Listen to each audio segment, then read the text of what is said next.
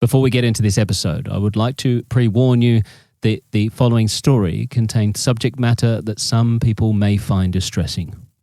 Listener discretion is advised. This is truthfully everything that could have been done wrong was done wrong in this case.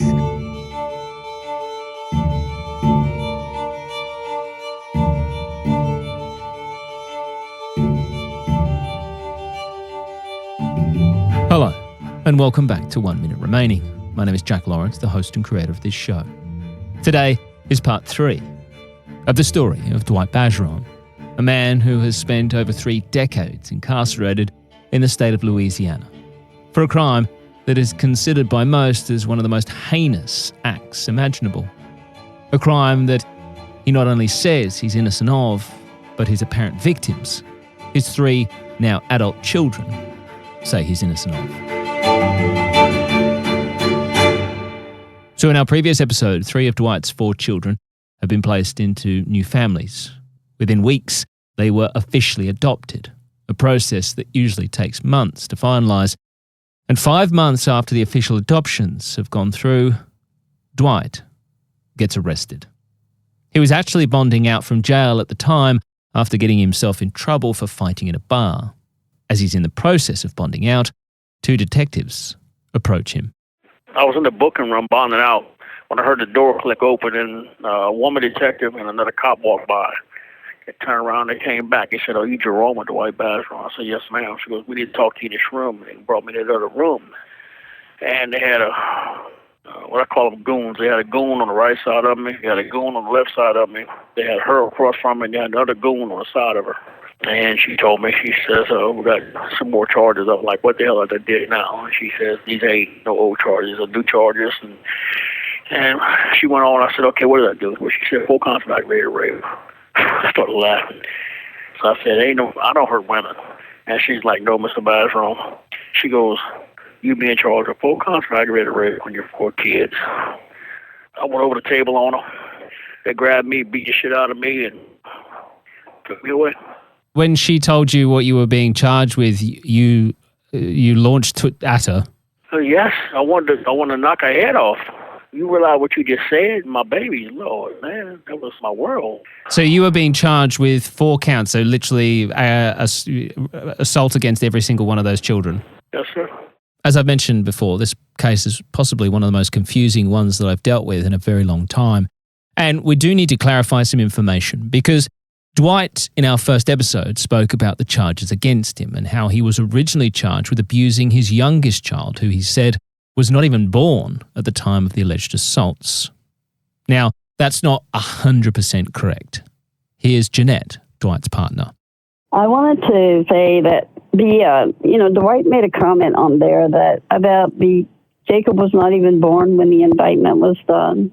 And I wanted that to be clarified because Jacob was not born when a house investigation was done. Jacob was born when the indictment came out. The thing is that I don't want anyone to think that Dwight deliberately lied about something. But what people need to understand is that this man has been incarcerated for 34 years, and it's hard for him to do things in a chronological order. And so, sometimes he does get things, and especially with his dyslexia and stuff, he tends to get confused about this happened when this and that. And also a lot of that stuff that he did not even know about until I started going through the files. It was all paperwork that was kept from him. Most people understand that, there's a lot going on in these cases and it's 30 years ago. And that's the thing. I want people to understand that he's really doing a really good job of remembering things, but it's been a long time, and where he's at, he doesn't have access to a lot of things, and that's getting better now, but it hasn't always been that way. So his youngest was born at the time of these alleged offences. However, he was less than 6 months old.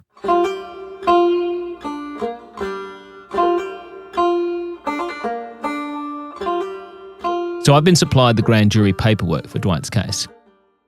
We've covered grand juries before. The joke about the grand jury is that you can indict a ham sandwich at a grand jury. which kind of tells you how well liked they are in America.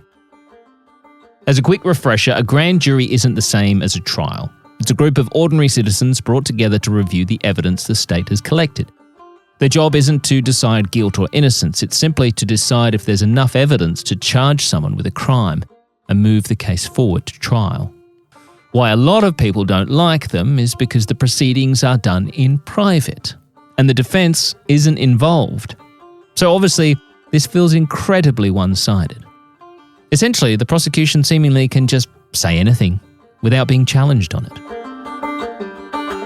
In Australia and places like the UK, this is obviously not the process. Here in Australia, if the police want to take someone to court and charge them officially, they have to go through the Director of Public Prosecutions, who assesses the evidence and decides whether to prosecute. In the UK, very similar, they have to go to the Crown Prosecution Service.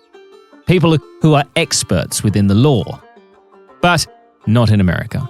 The prosecution goes to the general public, shows them what they've got, and lets them decide. Seems crazy, but that's the system.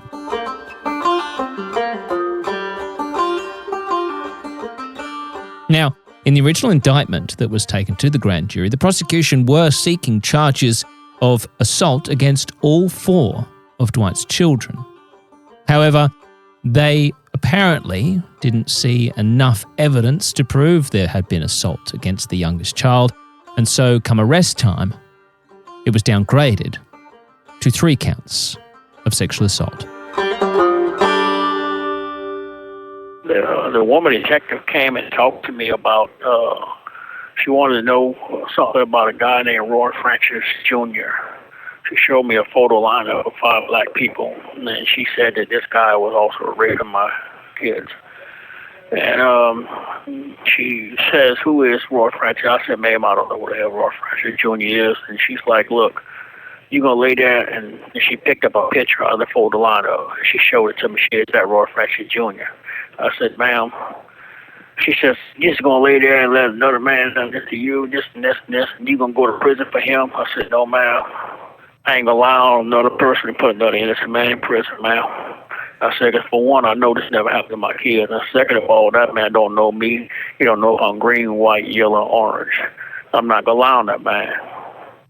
So they got mad with me, and she didn't want to talk to me much. I don't know what to tell these crazy people. It's like, I have no idea where this is coming from. Yes, here comes another name. Dwight says that the officers wanted him to tell them that he knew this man, Roy Francis Jr. They say his daughter picked this man out of a lineup as someone who had also assaulted her. But Dwight simply says, "No, I don't know that man, and he doesn't know my family." Dwight's case would make its way into the media, gaining a lot of attention. And when it's announced in the news that this Roy Francis Jr. was another suspect in this case, other prisoners would instantly call bullshit. I'm just trying to work out how this guy even fits into the whole story and why they're even bringing him into this story at all. When the stuff was hitting the news and stuff like that, because what they did was they took me. Well, I couldn't see the news anymore. I couldn't listen to the radio. They banned me from anything. I was limited on the phone. They got me where they could listen and watch me and everything. They was going through my mail. I couldn't get my mail. My mail was going through classification. For classification, it was going to the DA's office. From the DA's office, it was coming back to me. And a lot of anything, when anybody wrote about my case, they took it. So they were really policing the hell out of me to make sure I didn't find out everything that was going on. All I know is that they said on the news, the guy's in the jail. And that's what kind of really helped me some, because they said, "Man, we know this dude. Now, he used to be the boxer and shit down here. And he said, I know God known well he wouldn't do nothing like that to no kids, man." So that's when some of the black dudes in the jail started realizing they're really messing over you, bro, because this dude's been in California. We know him. We know he wouldn't do something like that. He's been going to California. He's been up there. He don't want to be nothing to do with the area down here because they try to frame him on a murder charge. So again, this is another name that we're going to park for the moment, Roy Francis Jr., but we will come back to him because it would later be quite important come Dwight's trial.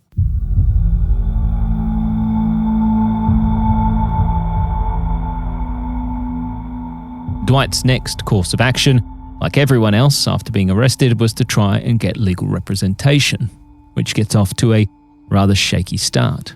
So I'm assuming you didn't have an attorney present for any of these questionings that were going on. No, sir. Was that simply just because you didn't believe you'd done anything wrong, so you didn't need anyone with you? Nah, just the way the system is. You ain't gonna get one. You ain't gonna get one until you go to court and they assign you one. So, but you didn't ask for one at any stage? You didn't say, I want an attorney before I speak to you? I didn't know none of that at the time, sir. Honest to God, I didn't know you could do all that. So after that conversation you have, you're being, obviously, I'm assuming, placed back into the jail. Did you then get about calling an attorney? What happens after that?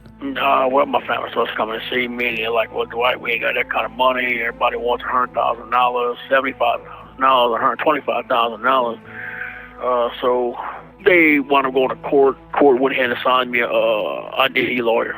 A public defender? That's him, yes, sir. Yeah. And what was that first meeting like with the public defender? He came at me with, I think, 40 years before he even asked me any questions. So he literally just said, I've got a plea deal for you straight away, 40 years. Yeah. He said, man, go ahead and take it. If you don't take it, they're going to find you guilty, bro. You don't stand a chance. Go ahead and take the 40, man. I said, I don't even want you as a lawyer. So before you even had a conversation about whether you were guilty or innocent or what was going on, he literally said, look, I've got a plea deal here for 40 years. Take it because you won't win. Exactly. Never even asked me the first question. He said they're going to convict you, man. The media is going to convict you. People going to convict you, man. Eventually, he would find the man who would go on to represent him at trial, which also got off to a rather shaky start. I wound up getting another lawyer, which was John LeBlanc. And I wanted to get him. He wound up taking me to trial. He went all the way with me. Right. So what was your first meeting with him like? Was it any better? I was fighting with somebody right in front of him. I got attacked by a dude. And so after the cops came and broke us up, that was my first meeting with him. Okay. Not the best first impression. No. What was the fight over? My case. Oh, okay, right. Have you found that through all your incarceration, is you've had to constantly fight against people thinking that you are that? Yep. Almost every one of them. Every fight. Quite a few of them. Quite a few of them. So you get split up and you have you sit down with your attorney. What's that? What's the meeting like? He's telling me, he said, look, man, they got a deal. He said they got 40 years. He said, we'll take that. And I said, no. And he asked me a few questions and stuff, and I answered the best I could.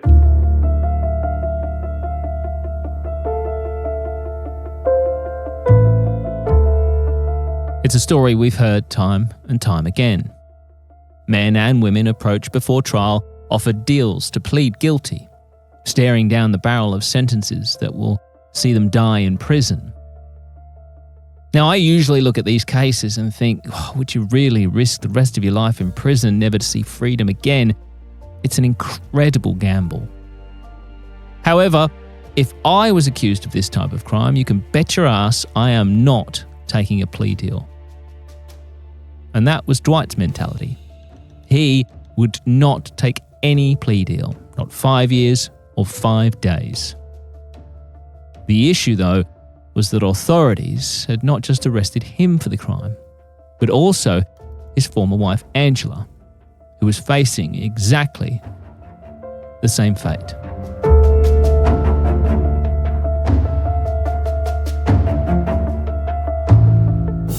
He come back, and he said, it's time to have my wife and her attorney, and they had me in there. And he said, okay, look, we got 15 years, bro. So I'm like, dude, I done told you I ain't taking 5, I ain't taking nothing, I ain't guilty, I ain't doing it. He said, Dwight, he said, listen to me, man. So her lawyer starts yelling at me. He said, dude, you don't stand a chance. He said, they're going to convict you. You're going to die in prison. He said, with the publicity you got with the media coverage alone, it's going to hang you. He said, you understand me, bro? You're going to die in prison. I said, well, I'll just die in prison. I'm not giving up. I'm not doing that. So he's yelling at me, and my lawyer's like, well, there's one problem. So she's crying. She's like, look, I'm going to take it. I'll take it, she says, because I'm not going to die in prison. She said, Dwight, she kept telling me, Dwight, listen to what he's saying. I'm like, I don't care. So she's like, I'll take it. I don't want to die in prison. So he said, well, there's one problem. You're both under the same indictment. One don't take it, the other one don't take it. I said, good, we're going to trial. 2 days later, I see her being escorted out and go to court. They amended the indictment and allowed her to plead 4 counts of molestation.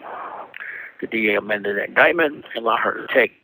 And that was it. So she ended up taking a deal and admitting to it and getting, how many years was she given? 15. Right. She done 8. Right, so she's been out for a long time. Yeah, right before the trial, they come talk to me. They said, look, we got 12, Dwight. I'm not taking it. He said, Dwight, I just thought I'd tell you. He said, but I'm going to tell you right now. He said, I'm going to fight for you. He said, but I don't think you stand a chance, Dwight. And I was like, do what you got to do, man.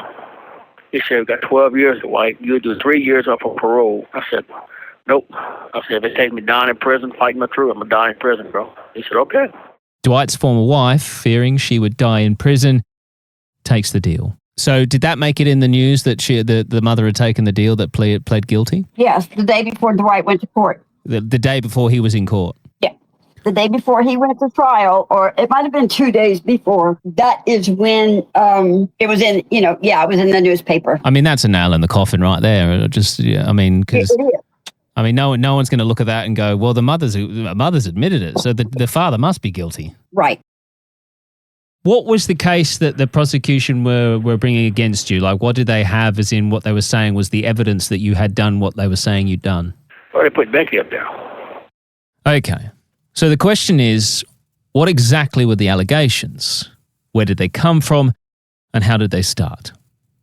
I'm going to apologize now because you're going to hear a fair bit of me as I take you through exactly where and how this all started.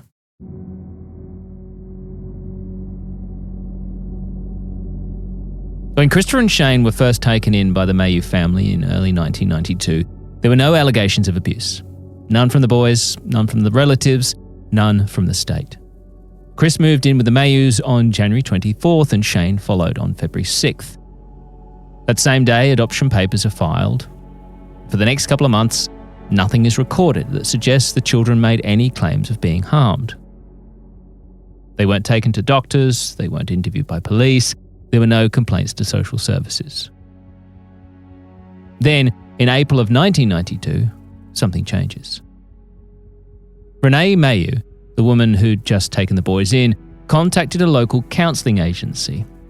On the 21st of April, she filled out an application for therapy for Christopher and for Shane, ticking boxes for mental and emotional issues and child abuse. Whenever Renee started taking the boys to counseling, on a box that says sexual abuse, it's not checked. And so the counseling was just supposed to be to help the boys adjust. The sexual abuse charges didn't come out until after that. So just thinking of this as a layman who's not involved in the case, so they initially didn't check that box and then it came out a little bit later. Some might argue that, well, we didn't know about the sexual abuse then, that we just knew that the boys were struggling. We didn't know why they were struggling, so we decided to take them to counselling and we knew they were struggling to settle. And then while they were at counselling, it all of a sudden came out being sexually abused. That's why it wasn't checked to start with. Okay, but the thing is, she caught them whenever she says, I caught them after they had just finished having sex. That was before the counseling started. She's literally saying that she caught the two boys after they just finished having sex. Right.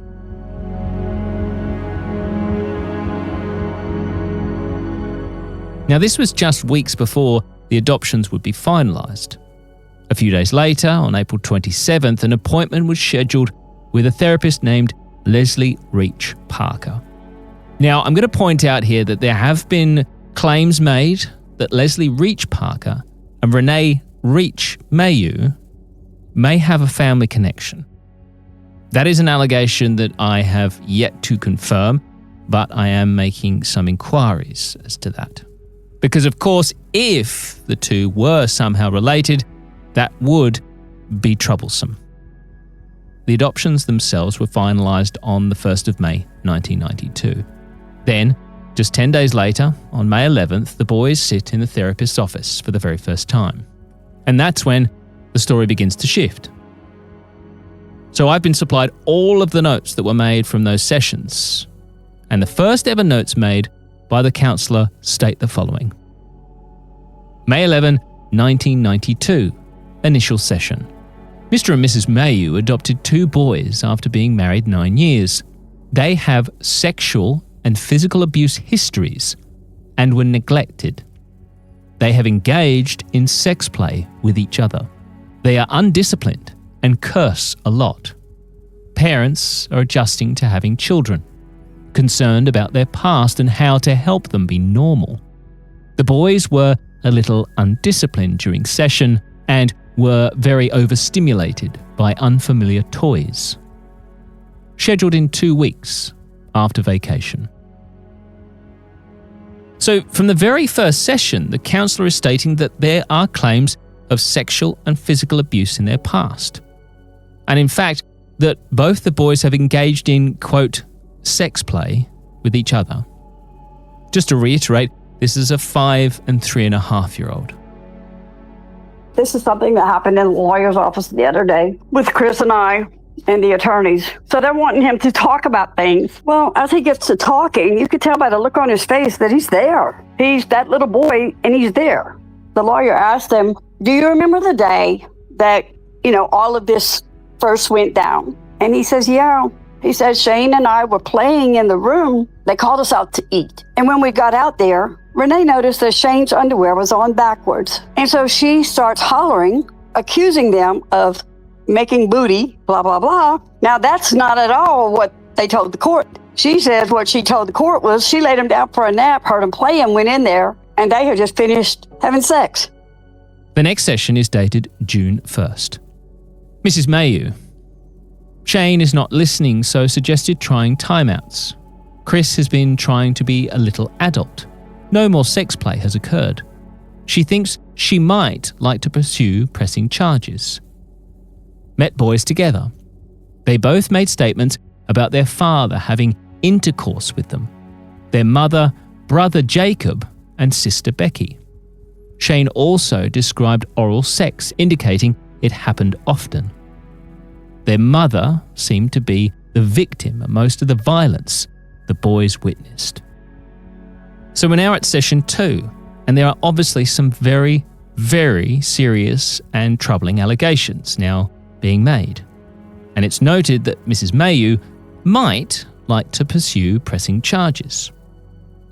Let's for a minute ignore the fact that Mrs. Mayhew believed that the boys had suffered physical and sexual abuse, as well as supposedly catching them in their own lewd acts, and had not reported anything to the authorities and was still suggesting she might like to pursue pressing charges. Let's look at the counsellor. Because back in the early 1990s, Louisiana already had strong laws around mandatory reporting of child abuse. Under state law, any professional who had reason to believe a child might have been abused, that included doctors, teachers, and importantly in this case, therapists and counsellors, were required to report it immediately. Not a week later, not when they felt more certain, but immediately. The law was very clear. As soon as there's a reasonable suspicion, the report has to go to child protection or police.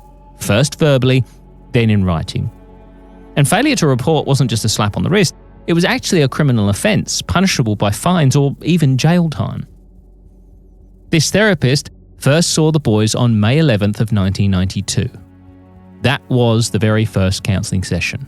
And it was Renee Mayhew, their adoptive mother, who brought the allegations of abuse into the room. In the second session, the claims were even worse, but still, no reporting. And in the third session, dated June 8th, in the office is Mr. and Mrs. Mayhew, Shane and Chris. Things have been settling down.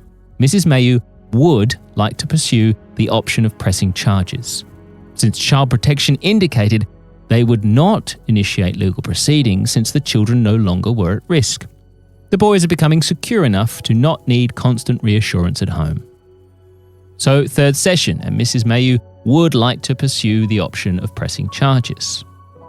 But still, there's nothing. Until finally, on June 14th of 1992, Leslie finally makes a formal mandatory report. Made phone call to the sheriff and child protection to see if anything could be done. Ron Norman of Child Protection took a report and notified the Mayhews.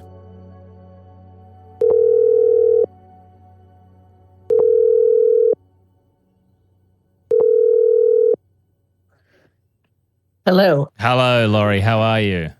I'm good. How about you? Hold on. I'm just going to go into a quieter place. No problem. Thank you so much indeed for agreeing to chat with me. I do appreciate it.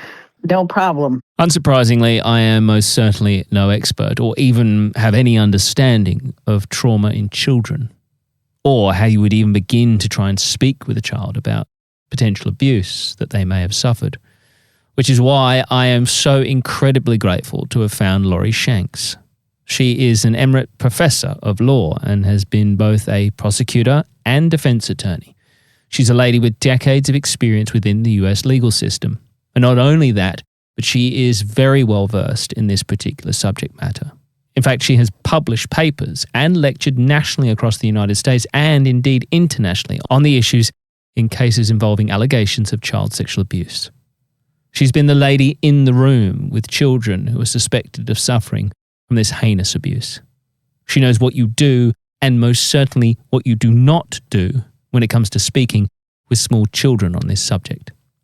Now, as I've mentioned, there is tons of paperwork that I've been supplied, and I am feeding it through to Laurie as we sort of go along, but she is now retired and is a carer for her sister who is unwell. So I am, again, extremely grateful that she has agreed to not only look at this case, but also help me navigate this incredibly complex topic. And we started, in particular, looking at the notes from the counsellor and the allegations that have been made by the children. I listened to the first two. I read the notes, but I have some questions for you first. Yeah, of course. How did it come about that the children made an allegation? Who did they first talk to, if you know? From what I understand is these children went to the two boys. It was the two boys that apparently were the first ones to say anything, supposedly. I mean, they were 3 and 5. She claims that they caught them in some sort of sexual act, like, being very overtly sexual with each other. And then she takes them to this social worker or this counsellor who I've sent you the notes of. This counsellor says in her notes that, Mrs. Bayou told me the boys have sexual abuse in their past, in their history. Now, there would be... Sorry, you go. Yeah, nonsense. This is truthfully, everything that could have been done wrong was done wrong in this case. It's just terrible what happened. From a criminal justice standpoint. So I'll just sort of free associate. So first of all, if there's like a child protective services or whatever it's called in Louisiana, sometimes it's called CPS, sometimes it's called other things, but that should be separate from any criminal proceeding. And in this case, it's clear that who's driving this is the people who want to take these kids away from their parents. Child Protective Services in the United States tends to be very classist, very racist. The social workers tend to be, young white girls who don't understand, poverty, if nothing else. It seems clear to me in this case that, they found some nice upper middle class parents who were willing to take in these poor little children who were being, abused by their parents, mostly because they were poor. And this was the excuse that they used. And one of the things that was very concerning to me is that both sets of the adoptive parents in the notes from the counselor were basically that the moms didn't really understand what appropriate behavior was by children. So I'm just going to jump in here quickly and give you an example of what Laurie is talking about when she means that the parents don't seem to have an understanding of how children of this age act. For instance, the counsellor makes a note here. Mrs. Bayou was frustrated with Shane's behaviour, which wasn't outside of normal limits for a child of his age. And here, Mrs. Bayou was upset with Shane today for frowning and being oppositional. Behaviour seemed to be normal for his age, but she was very upset by it. They were saying that their expectations were unreasonable. They were, basically punishing the kids for behavior that 3, 4, 5, 6-year-old kids do. And it seemed clear that when the kids got positive reinforcement was when they told these stories of dad hurting them. So what Laurie has picked up here in the notes is very true, because Dwight himself told me that when he eventually got to see his children many years after he was found guilty, his son Chris told him but he was incentivized by Mrs. Bayou to testify. Chris told me the same thing. He's like, Dad, he said, you just got to know her, Dad. She said that woman was evil. And he said, Dad, he said, we were scared to death of her. And I told him right before the trial, they said, look, you get up there and you say that, you going to go to Disneyland, and you go see Mickey Mouse. He said, Dad, I'm sorry, man. He said, I was crazy about Mickey Mouse. He said, I wanted to go to Disneyland. He said, I went up there and I agreed with him. I said everything that he wanted me to see. And he said, Dad, he said, after that trial, he said, I went to Disneyland. He said, I got to go see Mickey Mouse. I'm like, holy shit. You have 1 minute remaining. And that's all we got time for. But coming up, we'll keep diving into the allegations made by the children. They don't even, a 3-year-old child has no words even for sexual abuse. And so far, we've only discussed the boys. But what about Becky, the one who would become the prosecution's key witness at the trial? You know, Jackie, you have kids. Would you let somebody else take your kids to go be interviewed by a cop? Oh, absolutely not. Not in a million years, no. So why would you do that? Next time on 1 Minute Remaining. 1 Minute Remaining is a Mashed Pumpkin production, created, hosted and produced by Jack Lawrence, with thanks to special guest producer Alyssa Cook. Audio and sound design by Jack Lawrence and Dom Evans of Earsay.